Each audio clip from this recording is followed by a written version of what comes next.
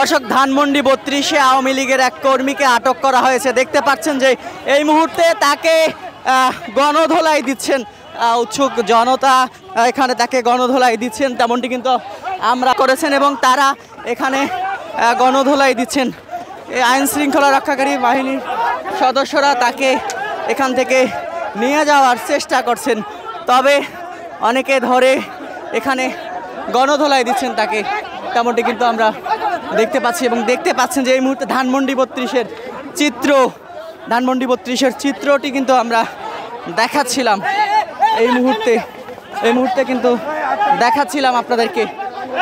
দেখতে পাচ্ছেন যে এই মুহূর্তে ধানমন্ডি 32-এ উত্তেজনা কিন্তু বিরাজ করছে। মূলত আজকে নিষিদ্ধ ঘোষিত সংগঠন,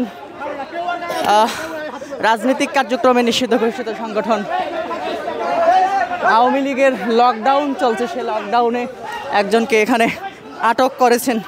ধানমন্ডি 32-এ একজনকে আটক করা হয়েছে এই মুহূর্তে, তেমনটি কিন্তু আমরা দেখতে পাচ্ছি এবং দেখতে পাচ্ছেন এখানে তাকে কিন্তু গণধোলাই দিয়েছেন এখানকার যারা বিভিন্ন রাজনৈতিক দলের কর্মীরা এখানে এসেছেন।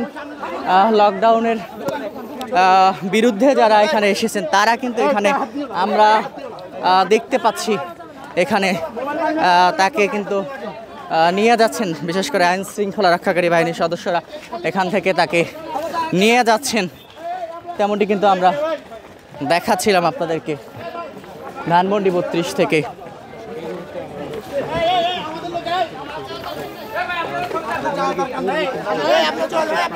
দর্শক, আমরা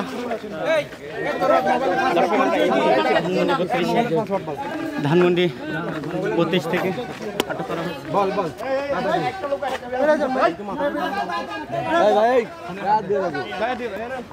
কেউ টাচ করবেন না।